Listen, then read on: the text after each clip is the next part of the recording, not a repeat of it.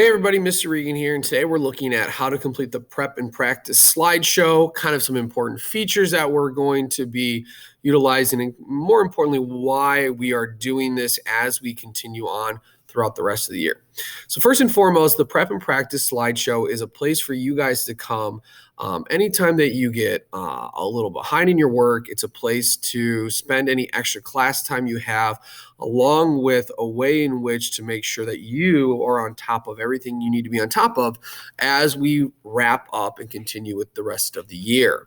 So at any point, anytime we, your team, or me, your individual teacher, may say, hey, go check your prep and practice slideshow as a way to continue getting yourself organized and continuing to practice some of the important things that not only my class has for whatever unit we're in, but also your other classes. So let's go ahead and take a look as to how this works.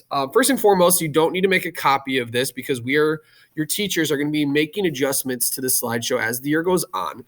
So just make sure that you add it to either your toolbar or you add it to your drive, and you make sure that when you add it, you don't just make a copy, you add the actual slideshow. Obviously you're watching this video here so that you can kind of see how this works. And the first couple slides are all the prep sections of this slideshow. So getting yourselves prepped for whether it's the next day, the rest of the quarter, whatever it may be. And this is a combination of checking PowerSchool to make sure all of your grades are good and all of your assignments are ready to go. This is a great slide where you can double check to make sure all of your classes work is turned in on time, any missing work gets completed, and that sort of thing.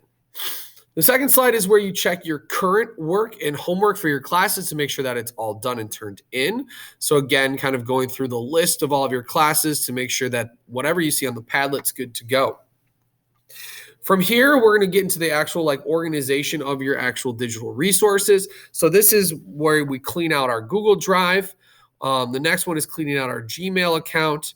And then last but not least, cleaning out our actual toolbar that we have with all of the important links that we have to kind of our team stuff, okay?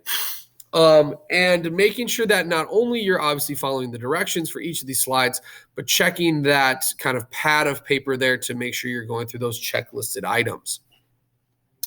Next, we have our practice section. This is where your teachers are going to be linking or posting slides for you to go in and continue doing extra practice for the unit, or maybe things that they need you to complete related to their classroom.